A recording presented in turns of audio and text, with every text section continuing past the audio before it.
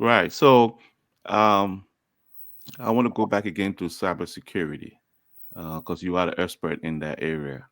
And the nice thing about it too is that and I would say this: it's not too many women, in that part of the industry or that sector.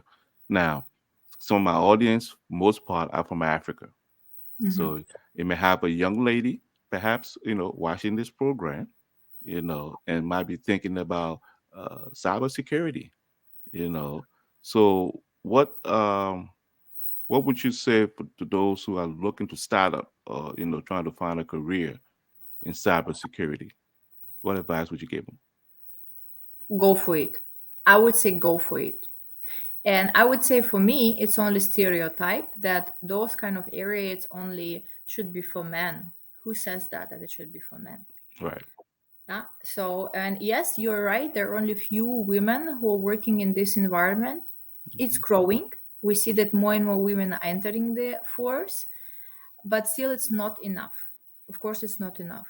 So, and again, Africa is growing so fast. And I'm pretty sure in 3 to 5 years, Africa will face very huge jump in terms of the technological development. Technological male development, you will get even more digital things. Means that cyber will be the topic. Because right now, Right. I can tell you, in Europe, that's the hype, right? So you open any risk, you open any reports, first risk comes cybersecurity. First things to come, we need infrastructure, we need new CISOs, we need this. So this is something that in the let's say first pages of the most of the business related magazine articles, conferences, because that's the hype right now, and it will continue. So in Africa, we'll face it even faster. Believe me, as I said, 3 5 years, I'm pretty sure it will be even better the condition. Where I always, if you're listening today, don't think that it's too complicated. Don't think that you're not good enough to learn the things. Just be open for learning, Hmm. and that's absolutely the area to be in this area. And I really, as I said, I wish to have more women in this area, because since it's quite technological area, we have, of course, how we call it sometimes dry topics. Hmm. But what I see when I have women in this area, topics of cybersecurity, they start to have a human face, Mm. because women start to bring a bit different flavor on that. Yeah, and it starts to be more softer. At least I experienced that, because it's Hmm. not only fact figures, hackers, this kind of thing. That's the job that I'm doing as well. We are running after hackers. We have certain attacks where we also been, for example, one of the provider was hacked, and we've been in contact with FBI, right? So I do Hmm. all these hard stuff things, and the highly sophisticated technological things together, of course, with my team. But I give the human flavor to that. I give a bit female touch on that, and then Okay. all of a sudden topic starts to be it's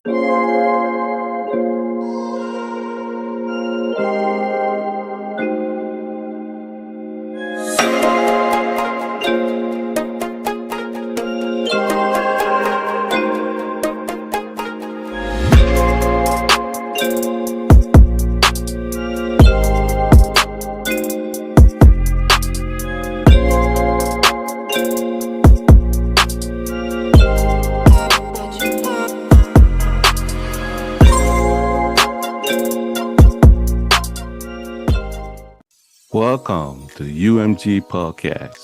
I'm your host, Jerome Sheldon. As always, we have a beautiful show for you today. Now, if you're new to this channel, we ask you to please like and subscribe in the link below. So, without further ado, let's get started.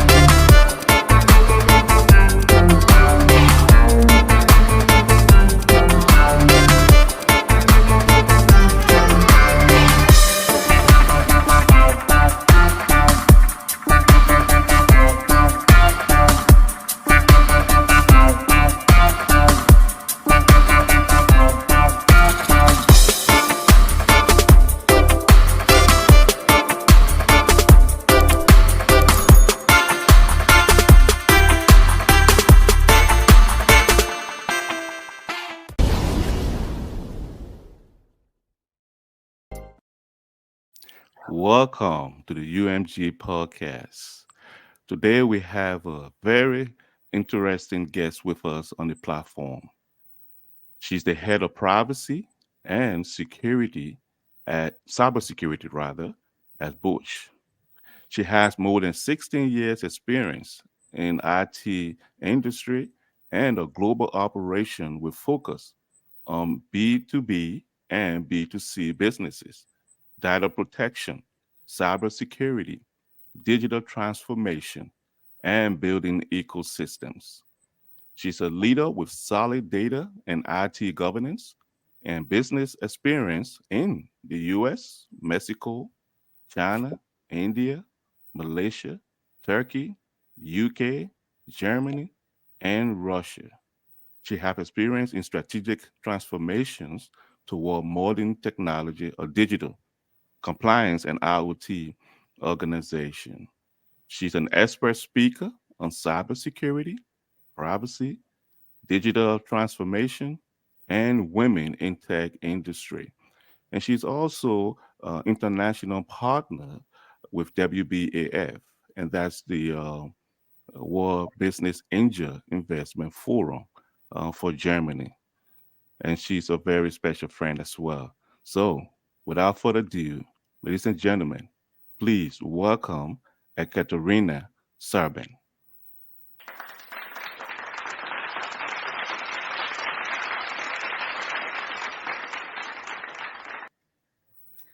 Good morning, Jeremy. Good morning. Thank you very much for introduction. Happy to join the podcast together with you today. Oh, it's a pleasure to have you on the show with us today.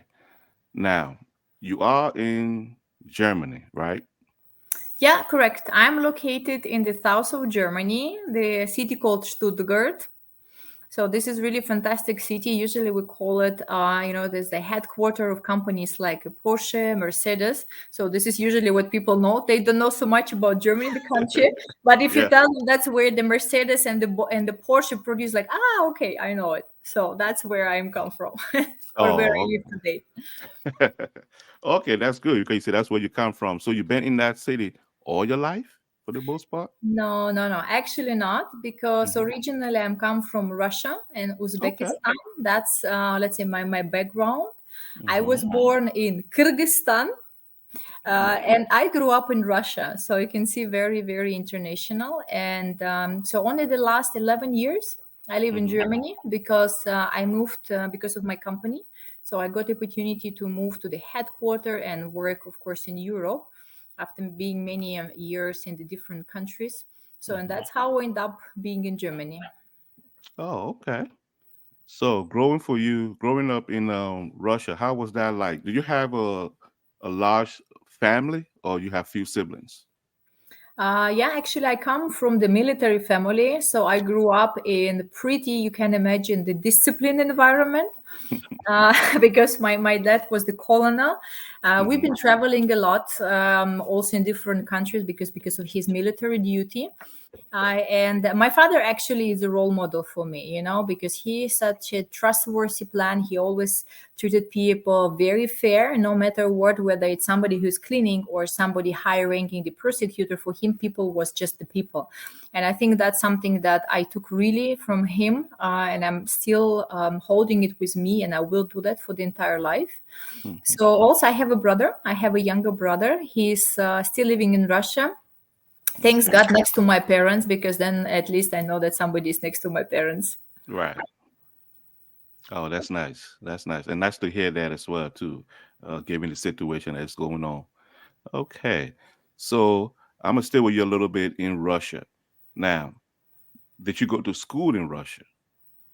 Yes, I studied also there, and as well as also the my study higher education as well. So I studied the international economics and as well as also the international law.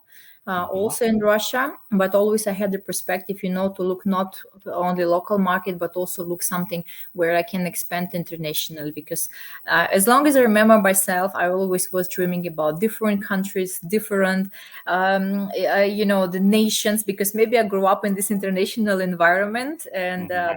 that's something I guess I remember all the time in my room. I had like a map, like this world map. And being Yeah. as a child, remember I was looking, I will travel there. And back that time, the girl in Russia, it's for me like to travel to Brazil or to Japan was like unbelievable. So it was a dream. But I still have a map always in my room, and now I have the maps for my daughters in their rooms. Big, think big, think big. So I think big. Right, right. That's good. Yeah, and you have done some big things too. So we'll get into that later on.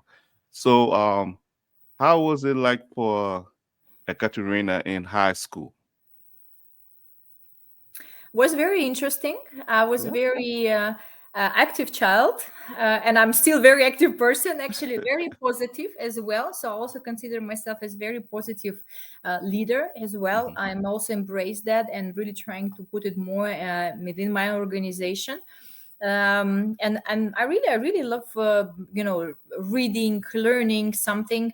And as I remember myself, always I was with the books. I was reading something new stuff. I was trying also to actively implement certain things as Hmm. well. For example, in when I've been already in university, I was part of international association which is called ISEC. Probably Okay. some of our listeners know that thing because it's a worldwide student organization, Hmm. also with a larger impact, and to educate the people, to educate of course the younger generation, to think different, also to think how we can enlarge and how we can make economy better of the country. So this is something that I always try to keep interesting things, to stay active, and also where I can bring the positive impact not only for me but also Right. for the people around me. Absolutely. Okay. Really appreciate that. Now, I know in my case, and the reason why I asked you the question about high school, because for me, high school was like a turning point. Um, Mhm. it's basically at that stage where you go through your teenage life. You're trying to figure out who you are. You're experiencing stuff for the first time. You're getting that independence. So high school is a very interesting part. But you can also tell from high school what a person perhaps, may lead into. So I know you most likely you for most part you are in the I would say the IT industry. Mhm. How did that come about? I mean, how did you get interested in such a field? Yeah, that's actually interesting what you mentioned about this high school, because indeed it was a turning point for me. Because I Mm-hmm. mentioned that I grew up in the military family, and Mm-hmm. my dream as a child, I knew that I'm going to work in the police, the Okay. uniform, Yes. this is something, even today, if I see people in uniform, I was like, wow, it's so beautiful. So I'm Yeah. all of the people who loves the uniform, right? I'm Right. just as the kidding. And then one day I was about to, I think 2 years before finishing the school, my dad came in to say, it was a very nice conversation, because he said, like, daughter, Mm-hmm. I know that you want to go in this environment, but knowing the experience, and at least knowing how this, let's say, this area in Russia, I would not recommend you, especially as a woman, to go in this environment, because there is no private life. You don't have, time to build a family, to have a time with them, to do other things. You are just there for the government. And that's something that I was like 16 or something, like, of course you listen what your parents are saying to you. And then I thought, maybe I have to listen for my dad. And said, what Mm-hmm. were other things that I love to do? And then it came my map. I said, okay, the Mm-hmm. international things. And then I went, and that's how I went up by studying the international economy. Mm-hmm. So this is was like my passion, and that's how basically life, after I finished university. I started to work at the Bosch company in Russia, Mm-hmm. and I started in logistics department. So basically to learning how the international business comes and works. And of course it was a bit different because it was still in Russia, so it was not in the other country. But I started to understand the mindset of the world predominant, let's say, corporation, because it's Bosch has 420,000 employees worldwide. It's quite a huge corporation, right? Wow. Yeah. And so that was my starting point. And after logistics, there were several IT implementations Mm-hmm. where I was asked whether I want to lead this topic. And again, I didn't have the IT background. So as you know, I studied economics and the law. I didn't study IT. Right. But what I think was why the people ask me, so my former bosses, because I showed the ability to Mm-hmm. learn and I showed the ability to deliver the things. So they knew that, okay, she doesn't have IT background, but she can learn and she can deliver the things. So, Mm-hmm. and that's how I started to be in IT area back that time on the early stages. And step by step, I developed that. And you know what? Still my dream to work in, let's say, law environment still was there. My child dream still was Okay. there. A police And officer? yeah, exactly. And while already working in Bosch company, and back that time, I think I already just freshly moved from Russia to Germany, I still finished the education. So I studied in 4 years in Moscow Mm-hmm. in the Academy of Justice because that was my dream, right? Right. So and I remember every vacation I was flying there, studying, exams and lectures, etc. So in the end of the day, I was so happy that I was able to complete this education to understanding the law background, and that's actually at a certain point bring me even forward because today what I'm doing, I'm responsible for privacy and cybersecurity, which you Mm-hmm. understand that it's also related to the legal aspects. So Right. since I have the business background and I have a legal background, that's kind of the win-win situation. So in the end of the day, I can say that I can kind of realize a bit my child dream, because I Yeah. work but in the area where you have, of course, the compliance and you have the regulational part, but at the same time, I have a lot of interaction with people and a business. And yeah, that's how I end up in the IT related and compliance environment. Oh, wow. Wow. Very interesting. Okay. So now, of course, when you got into the IT, you became eventually became an expert in privacy and cybersecurity. Now, of course, cybersecurity is a huge issue, and especially on the well, that's everywhere. But when we talk about the continent of Africa, that's even more because we're not yet up to par with the technology. So, why do you think cybersecurity is that important? There are a couple of aspects. Of course, if I look to the any development, as I'm located in Europe, even in Europe, all these topics they are not so developed because the history and the background of cybersecurity comes from US. That's where it started many, many years ago in 1970s. And if I look also development in Europe, only in 2000, let's say 11, 12, 13, slowly start to develop. And from 2018, massively, we start to get more inputs, we start to get more regulations. What we also witness is that most of the companies start to hire the CISOs, right? Which never, I mean, this role never was even existing before, right? Right. People start to hire the DPOs, data protection officers, etc. So all of a sudden, at the last 6 years, organizations in Europe mostly, where already, of course, US already did it a bit earlier, they start to establish those kind of capabilities.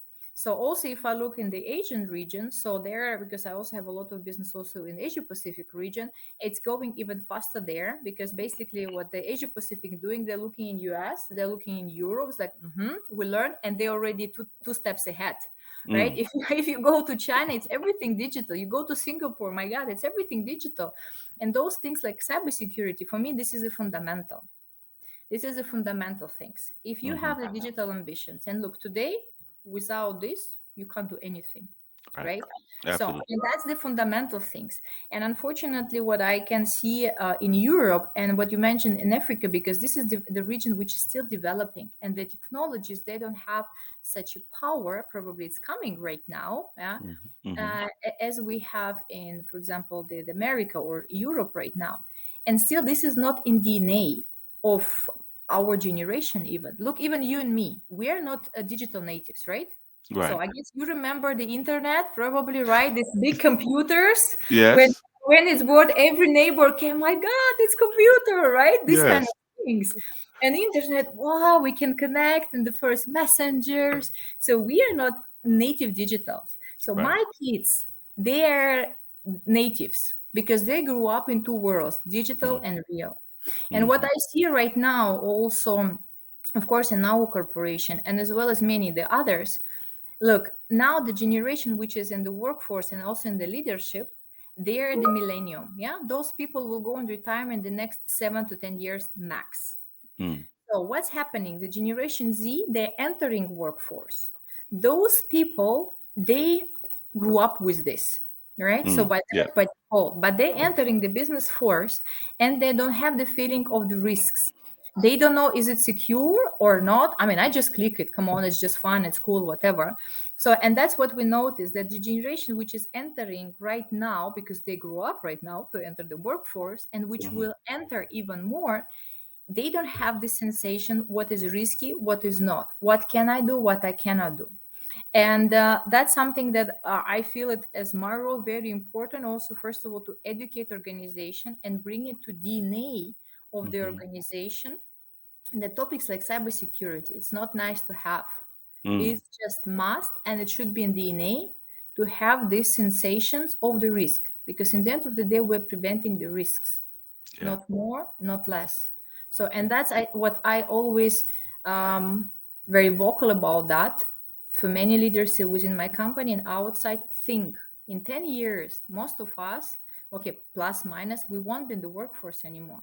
All Mm. right, it will be our kids. It will Right. be younger generation, and we need to leave something for them, and we need to give them ability to live between those two worlds. Yeah. Yeah. And with cybersecurity, I had a guest that was on a program at one time, and she mentioned about there's something that happened in Africa where there was a fishy email, and one of the nurses in the hospital, Mhm. clicked on that, and that just kind of corrupted the whole system and shut down the entire hospital. So that's something very, very important when it comes to cybersecurity. Now, let's piggyback a little bit and go back to Bosch. Bosch, I hope I'm pronouncing it well. Yeah, correct. Mhm. Um, how how did you come in contact with them? How did that start? Now you mentioned you started working with them in Russia, but how did you get into that space working with them? Yeah, so as you already mentioned that I started in Russia because it was quite interesting, and this was one of the large international company in my region. Because Hmm. so now unfortunately Bosch is not in Russia anymore due to, we all know, the political situation. Hmm. Hopefully it will change in the future. But back that time it was one of the few larger international corporations, and that's why I said that could be something interesting for me. Hmm. And also, so I'm now 16 years with the company. Yeah, so and I think I went through all possible stages, the regional of course experience. And what still keeps me, because I got this question, why are you staying so long in this company? And I can tell you that I was asking myself, and then I said, look, my never day, the yesterday was not the same as it's today. So every day there was something new. Every day there was something new challenge, which Hmm. of course keeps me so long in the company. From another side, Bosch is so diverse. As I mentioned, we are 420,000 employees worldwide, Hmm. and we're located more than 130 countries because we produce different products. So actually, if we have different markets like automotive, so if you sit in the car, radio, for example, or Right. the lights, or the wipers, that's everything invented by Bosch, by Robert Bosch. Yeah. So half of the car, what you have heating, so you press the heating, it's invented by Robert Bosch, even you don't know Right. about that. Well, yeah, so Bosch is everywhere. So at Yeah. home, we have home appliances, for example, the microwaves, the fridges. So this is what most of the people know, the mixers and so on. Mm. We're also producing a lot of power tools, because actually Africa is one of our biggest region in terms of the power tools, because country is growing, regions are growing, and it's one of the our biggest, actually, the market there in terms of the power tools. So we also have areas we're producing, for example, the heating systems, etc. So it's pretty much diverse. So that's why I think it's also good that a company is more than 130 years as well. Mhm. So that's already, says something. That's a long Right. history, very reliable. Still Germany, conservative, still conservative company, I have to say. But at the same time, we are on the good way to go more and more international from that perspective. Yeah. So Yeah. that's the reason why I'm still so long with the company. And that's why I said I really want to stay and still want to stay within the Bosch group, because opportunities are there and you can really do the impact. And another thing, which is probably not so many people know, And I think it's quite unique because Bosch Group and Bosch Company, we are not Hmm. on the stock exchange. So Mm. we don't have, let's say, the owners. So we have a special, let's say, constellation where certain percentage is owned by the family. Can you imagine Wow. how the good grandfather was, Robert Bosch? Yeah. Yeah. So, Wow. yeah, so it's 7% of everything what we earn goes to the family. So I said I would love to have such a grandfather. Grandfather. Yes. And the rest is between the Bosch Foundation and also Okay. between the commercial part. Basically, most part what Bosch earns, besides Mm. that we go and we run the business, we Hmm. have the Bosch in Germany, we call it Bosch Stiftung. Maybe somebody who speaks German knows the word, or Bosch Foundation in English. And Hmm. we Bosch builds universities, schools, different social products because the vision of the Robert Bosch was also to support society. Yeah, and that's I think still something in DNA of the company. Not only that we're earning money because we have the stakeholders, and we have somewhere the stock exchange, we don't have. So we Hmm. only work for ourselves, and what we earn, let's say we share it. If we don't earn, then we don't earn, right? So, and I think that's pretty Right. unique. I don't know some actually any other company that have such a special constellation. Yes. Okay. Right. So, um, I want to go back again to cybersecurity because you are the expert in that area. And the nice thing about it too is that and I would say this: it's not too many women, in that part of the industry or that sector. Now, some of my audience, most part, are from Africa, Hmm. so it may have a young lady, perhaps, watching this program, and might be thinking about cybersecurity, you know. So, what would you say to those who are looking to start up, or trying to find a career in cybersecurity? What advice would you give them? Go for it. I would say go for it. And I would say for me, it's only stereotype that those kind of areas only should be for men. Who says that it should be for men? Right. Yeah. So, and yes, you're right. There are only few women who are working in this environment. It's Hmm. growing. We see that more and more women are entering the force, but still, it's not enough. Of course, it's not enough. So, and again, Africa is growing so fast, and I'm pretty sure in 3 to 5 years, Africa will face very huge jump in terms of the technological development. Technological male development, you will get even more digital things. Means that cyber will be the topic. Because right now, Right. I can tell you, in Europe, that's the hype, right? So you open any risk, you open any reports, first risk comes cybersecurity. First things to come, we need infrastructure, we need new CISOs, we need this. So this is something that in the let's say first pages of the most of the business related magazine articles, conferences, because that's the hype right now, and it will continue. So in Africa, we'll face it even faster. Believe me, as I said, 3 5 years, I'm pretty sure it will be even better the condition. And then I think that's a great opportunity, especially for women who are thinking, okay, which area should develop, go in this direction, learn. And I can tell you that even you might think, but where should I start? Should I learn programming or not? Maybe it's good to starting point, but in the Hmm. end of the day, um, we have to be open to learn. I give you one example: ChatGPT. Hmm. 6 months ago, 9 months ago, nobody knew about the ChatGPT. Right. Only people who are probably been more, advanced, who are more futurists, there they kind of or been in this area. But majority of us, yeah, majority, we never have heard. Now, ChatGPT, I mean, that's like, okay, we lived forever. It's like WhatsApp right now, right? Right. And that's the thing, because probably tomorrow there will be new technology, which I don't know, right? I didn't know the ChatGPT. So we needed to learn that. So we didn't study in university. We didn't get any course 2 3 years ago. So we needed to learn that. And that's another thing where I always, if you're listening today, don't think that it's too complicated. Don't think that you're not good enough to learn the things. Just be open for learning, Hmm. and that's absolutely the area to be in this area. And I really, as I said, I wish to have more women in this area, because since it's quite technological area, we have, of course, how we call it sometimes dry topics. Hmm. But what I see when I have women in this area, topics of cybersecurity, they start to have a human face, Mm. because women start to bring a bit different flavor on that. Yeah, and it starts to be more softer.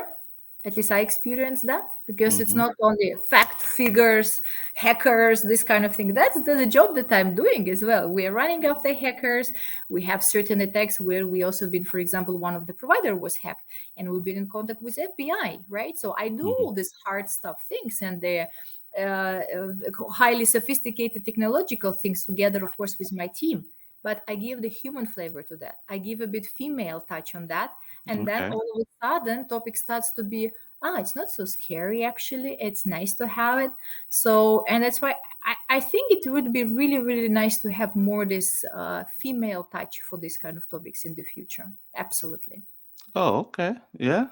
Well, because I be thinking when I think about cybersecurity, somewhat security, I'm thinking about this big, strong You looking see? guy standing in front of me and Yeah, like, don't do that, don't do yeah. this. But then to see See? a female, like you said, in there and don't do that.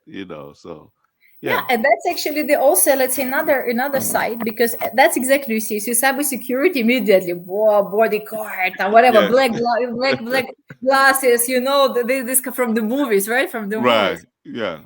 And then comes another challenge, which actually many women, and I also was facing that, because when female comes, then Hmm. people think, do you really know the topic? This kind of things, right? So you're a Hmm. woman. What can you tell me about cybersecurity? So this is a, let's say, a side effect a bit, Hmm. so that it's not given by default, because still people look from what they know. And they Right. always have, if they have cybersecurity and image, they expect the big man entering the room and Hmm. giving them instructions, do or don't do the things, instead of, for example, me as a female entering and giving certain advices. So it means that you also need to earn this trust. Hmm. You also need to, I can say, proof that you're able to do that. Right. Yeah, especially in the male environment, because I can tell you, I work mostly in the male environment. So I don't have any female leaders on my level doing the cybersecurity. Yeah. So, Hmm. and that's exactly the challenge, that you have to be tough. You have to show that you're able to do that, and means that you need, as a woman, I would say, unfortunately, still today, do some extra steps just to prove that you are also good, the same as the man who is next to you. Yeah, actually. So that's the thing that you should not underestimate, but Hmm. you have to be ready for that. I hope, as I said, in 20 years, where my daughters will be in the workforce, it will change, of course, but nowadays it's still the case. So, and I went through that, and I went Hmm. through all these things. Yeah. Okay. And that's why we have you on the program too, to also, share those experiences and those journey with that. Now, you mentioned something, you talk a little bit with cybersecurity and how some of the other developing, countries are not picking up, especially Africa. I always think that Africa is in a unique position because they don't have to go through the pitfalls.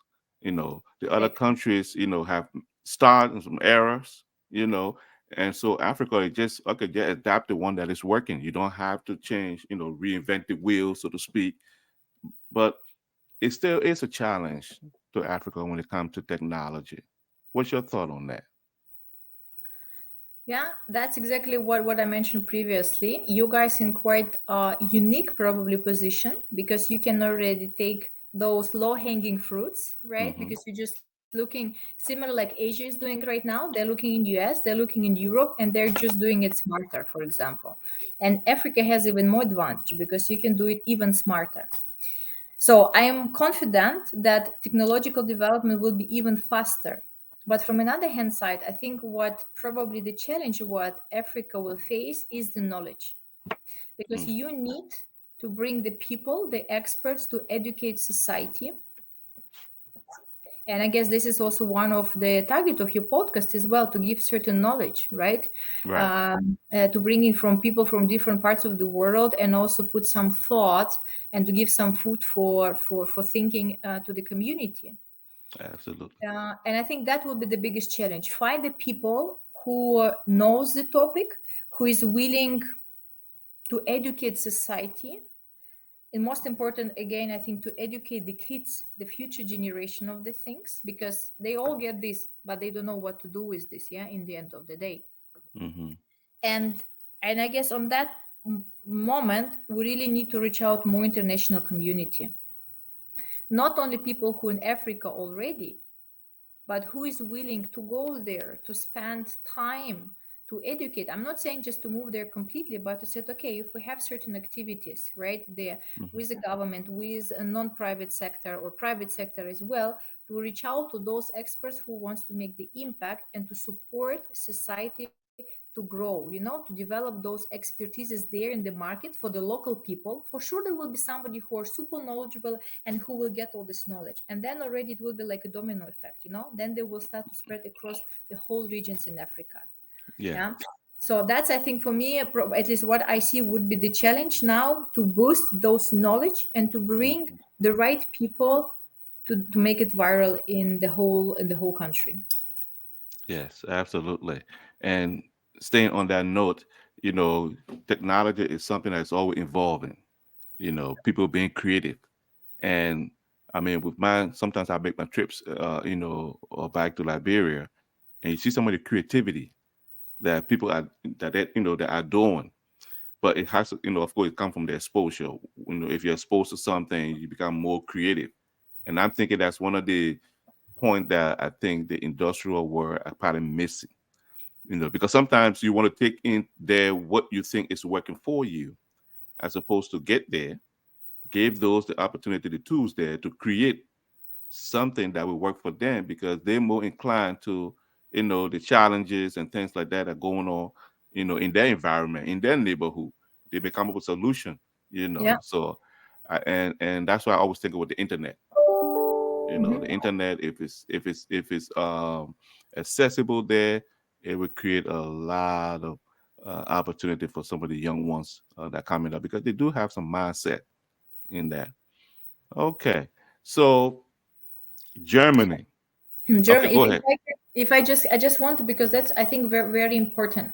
Hmm. Because African community, as I said, we also have a lot of business there in Africa. What I see, you have a lot of young generation, and people are hungry. I see people are Yes. hungry for knowledge. People want to learn. They want, as you said, they are creative, because it's different mindset. They Hmm. want to do the new things. So you don't need to push them. You don't need to motivate them. Say, come on, let's do startup. Let's whatever, do something together. They want to do it naturally, because they want themselves to develop and they want their country to develop. And I think this is super great asset, which the global community needs to think how to use it even more and give exactly those passionate and young and motivated people opportunity to grow and to learn. Yeah. And as I said, so if I can support, I mean, if anybody in our community can support that, we have to do that. We have to support this young generation, because that's unique asset that we have in Africa, honestly. And not, I don't know any country of the world like that, frankly speaking. People Yeah. who are hungry for knowledge. Yeah. Yeah. So what are some of the if there is, are there some project or some things that Bosch in group is doing in Africa? Anything specific that they are doing Last there, or the foundation? Yeah, well, of course, Bosch Foundation is worldwide, Hmm. and also in Africa, it's one of the let's say the regions, of course, to build more propaganda. As I said, hospitals, schools, etc. More on that domain, but Hmm. we also, from the business perspective, the last, I think it's already 4 to 5 years, we have the project like Bosch project, which is called Go for Africa, Okay. where besides the fact that we allocated a lot of business activities there, like opening the business, opening the sales business, our production plants, also many people have been actually relocating from Europe to Africa to really to educate how to build the business, yeah, for Mm. example, there, and how to teach, how to go and teach, for example, the hand workers how to work with the tools, because I know this example from our power tools division. So Right. they've been going to the traditional dealers, let's put them this way, who has the small, whatever, the kiosk, where they do the stuff from the wood, and they've been teaching them. So I think in this matter, we have a lot of initiative on that matter. And I saw also many colleagues from Africa came to Europe to get the knowledge. Hmm. And also after 2-3 years, they're back to Africa to expand that. That's exactly what I meant with this knowledge. Educate the people, give them the Right. solid base, and they always want to come back to their home country usually, and then they take that and then they develop even more. So this is kind of some examples of initiative that Bosch is doing so far, and I think it's we're doing quite a lot. We're doing quite a lot on to support Africa. Yes, that completely remarkable as well too, and I really appreciate that.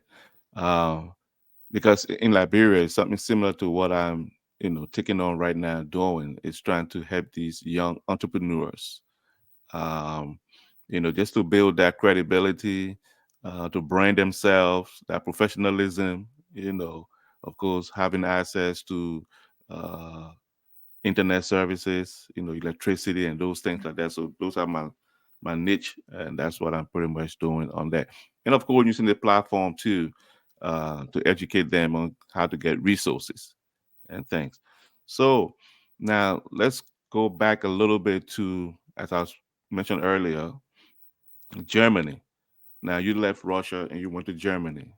Was that a huge transition for you in doing that? That's a good question. I think I spent so long in Germany, it already feels like home. I think indeed it was a transition, indeed. But I guess for me it was a like adventure because I Hmm. moved to Germany. I was single. I didn't have the family. Of course, it's a difference. So I built my family already. I met my husband here, and I have two kids here already. Of course, as I said, here feels like home. And I Right. think it's just because again I was young and hungry. I'm still young and hungry for knowledge and experience, but it was even more. And I Right. knew that I have to establish myself in the new country as well. Very conservative country. Was a lot of challenges, I have to say, in the beginning. Mm. Because again, the same things. The young woman from Russia coming to Germany, what she can teach us, what she can tell us, Right. and those kind of things. It took a bit of time to establish myself and really to show that it's not only appearance, but there is something in the hat, and indeed, I can really bring the benefit for the company. uh, Hmm. yeah, at the beginning which was challenging, I wish that I met somebody who could give me a couple of advices how to integrate, how to run the business, and how Hmm. to run the business as a female leader. So I didn't have that. I did my own mistakes. Hmm. I did through, went through different challenging situation, and that's what I right now doing it. I'm Hmm. sharing my experience. I'm sharing certain things that what I went through with other female leaders, for example, but not only female, but other leaders, especially who are coming from other countries as well. At least to give them the small guidance, and I do a lot of mentoring as well. Hmm. Also, especially people who are going higher, because you need to know a bit how to play different in certain games. Once you go higher in the organizations, how to navigate, yeah, how to better approach stakeholders, what they have to know about communication style. If you talk to the certain VPs or SVPs, what how the better approach if you want that your idea is implemented. How to Right. consider different personality types. If you have CFO, of course you need to bring facts and figures. If you have you have to know your stakeholders. So those kind of things, I didn't know that. I learned that. But as I said, so I'm now sharing that with my colleagues. I'm sharing it with people that at least I think I can really bring the benefit through my experience. Yes. And I ask those questions because it is also part of the journey, the adaptation, living from one place Yeah. to another. Because I know in my case, when I came to the US, um, I was about 18, 19.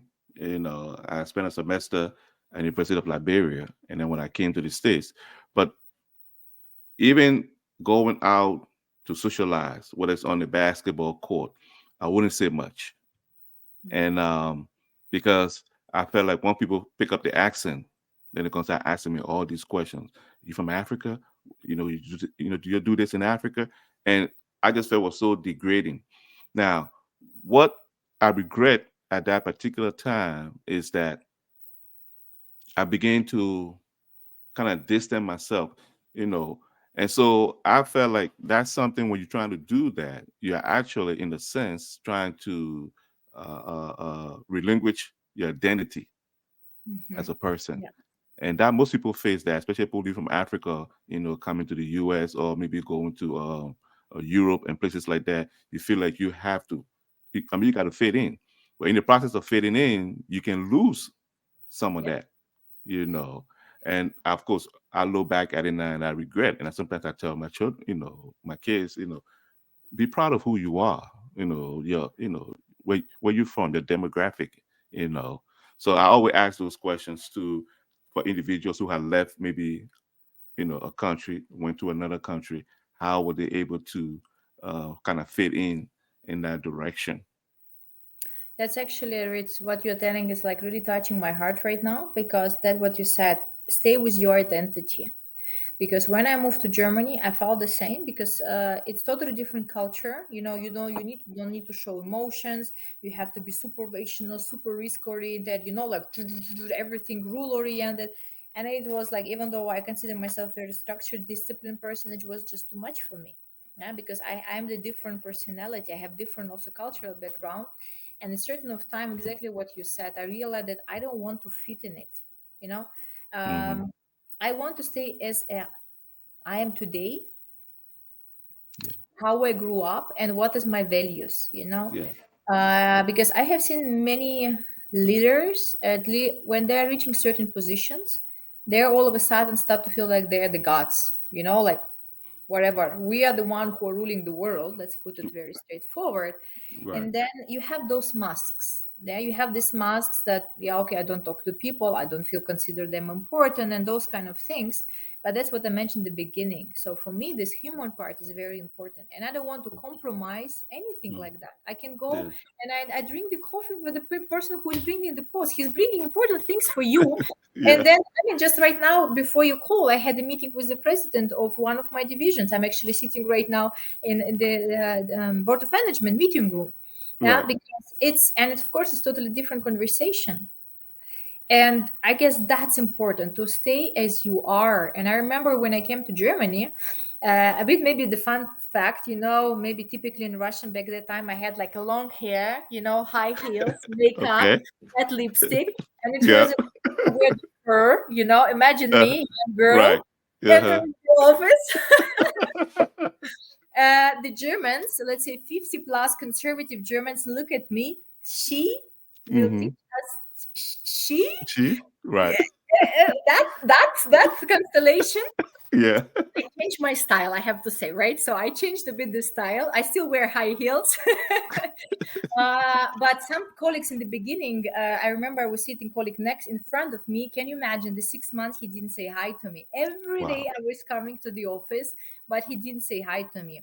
But at certain point, somehow it's happened that we did the projects together, right? And he Hmm. Hmm. realized, oh my gosh, actually she knows something, she really can move the topics. And then we became really, very good, I wouldn't say like a friends, but very, very, very good colleagues in the end of the day. But Mm. I'm not mad on him. I'm right now, I'm taking it with a smile, all those kind of things, because I know how to deal right now. I'm still Hmm. sometimes honestly even provoking those kind of looks, Hmm. um, because I think you shouldn't judge the person how he or she looks, Yep. because again, it's your identity. Of course, I mean, you have to of course look at the business related, if you're in business environment, but in the end of the day, you should also try to look what is behind how a person looks, right? What he or she can deliver, what is the human part. And that's unfortunately in the business environment, I don't see so much. And Yes.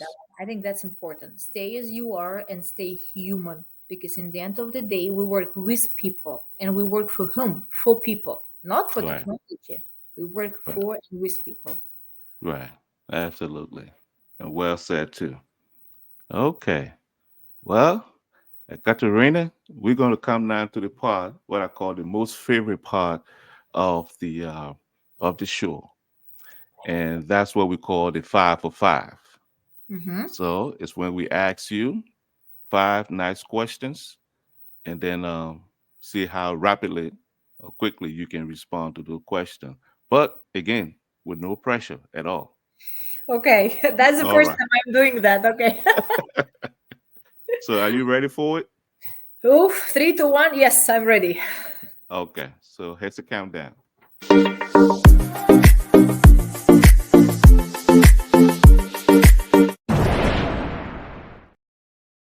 Okay. So, question number one: your favorite food? Broccoli. Broccoli. Why broccoli?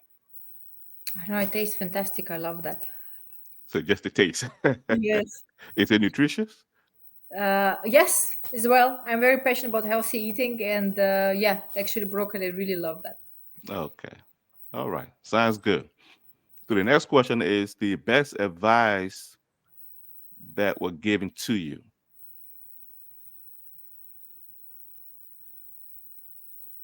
Question. I have the best advice. Mhm. It was advice from my dad. He said, always stay on your 2 feet and never depend on anybody, even not from your husband. Mm, mm. Yeah, That's a that's good something one. that, yeah. Yeah, it's a good one. Okay. Now, a fun one. Your best vacation location. Cyprus. Cyprus. Why Cyprus? It's my actually second home. So my Okay. second home is in Cyprus, and I just love the nature. I love the mindset of the people. Very open, very energetic and positive. So really can recommend. By the way, nice location, nice country. Okay. All right. Well, I see. I got to so I can get you on the continent of Africa, specifically Liberia. That might change your mind a little bit. Yeah, pleasure. Let's discuss. I'm ready. Okay. All right. And so the next question is your favorite color. Color. I love all the colors, but yellow. I guess yellow. Yellow would be Yellow. Okay. I sun, know. sunshine. Oh, the sun. Oh, okay. All right. Yellow. Because mine is blue, and I know my wife is green. So yellow. Now, is that now when I think about colors, is it because it's just appealing to a person or just maybe a preference? I think both. Yeah. And I think you're familiar with the personality types. You know, there is this color personality types.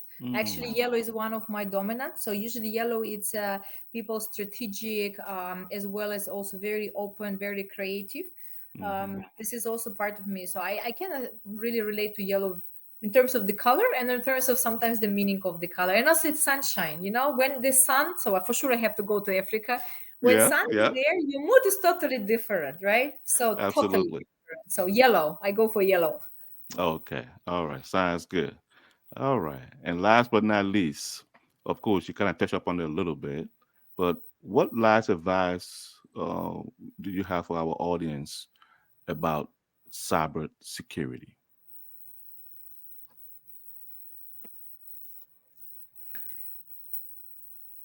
Topic number one, it's stay cautious. Be aware that threat is even closer than you think. Mm, Don't think that it's only for the bigger corporation. It might affect all of us. It might affect you on your daily topics, on your information, your pictures, your bank details, everything. Yeah, the hackers, they are not sleeping and they're progressing even more. So it's next to us, it's part of our life. Going more digital, so progress is there. The next 3 to 5 years, we will face even more fast and rapid development of the technologies.